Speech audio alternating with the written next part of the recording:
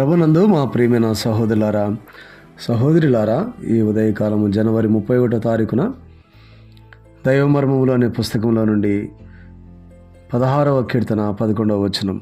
నీ కుడి చేతిలో నిత్యము సుఖములు గలవు. ప్రభువు నిత్యత్వము నుండి మన యొద్ద ఏమి పొందవలెనని వేచి ఉన్నాడో అది ఆయన పొందు వరకు ఊరకుండడు.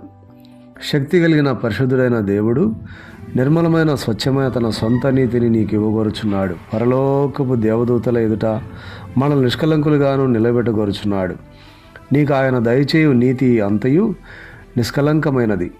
దేవదూతలు సైతము తమ వ్రేలునెత్తి నీలో ఏదైనాను చూపించలేరు, తీర్పు తీర్చలేరు. అటువంటి నీతిని నీవు పొంది ఉన్నావా? లేక మరి దేని అందైనను నీవు నమ్మిక ఎంచుచున్నావా?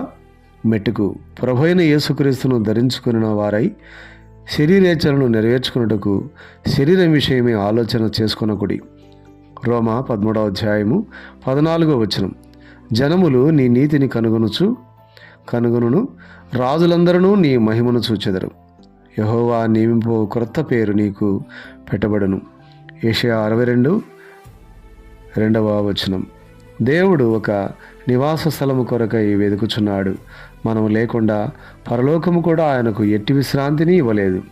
ఈ భూమి మీద నుండి ఆయన ఒక సంఘమును ఏర్పరచబడిన ప్రజల గుంపును ఆయనకు తృప్తిని, ఆనందమును, విశ్రాంతిని ఇచ్చుటకుగాను సమకూర్చుచున్నాడు.